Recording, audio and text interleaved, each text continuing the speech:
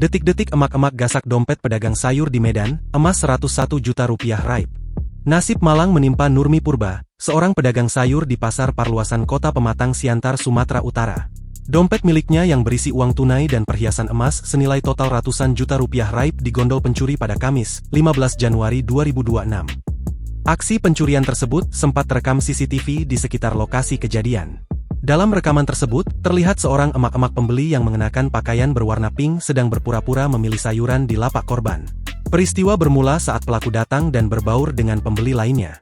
Saat korban sedang lengah melayani pembeli, pelaku dengan sigap mengambil dompet yang diletakkan Nurmi di bawah tumpukan sayuran. Setelah berhasil melancarkan aksinya, pelaku langsung melarikan diri menggunakan sepeda motor Matic warna hitam. Nurmi baru menyadari dompetnya hilang saat hendak memberikan uang kembalian kepada pembeli lain. Merasa panik, korban kemudian berusaha mencari rekaman CCTV di sekitar pasar untuk mengidentifikasi pelaku.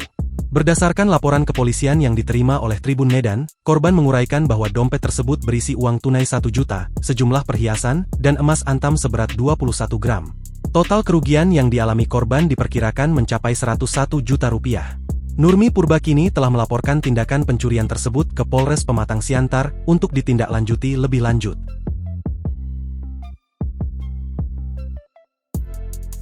Download Tribun X sekarang, menghadirkan lokal menjadi Indonesia.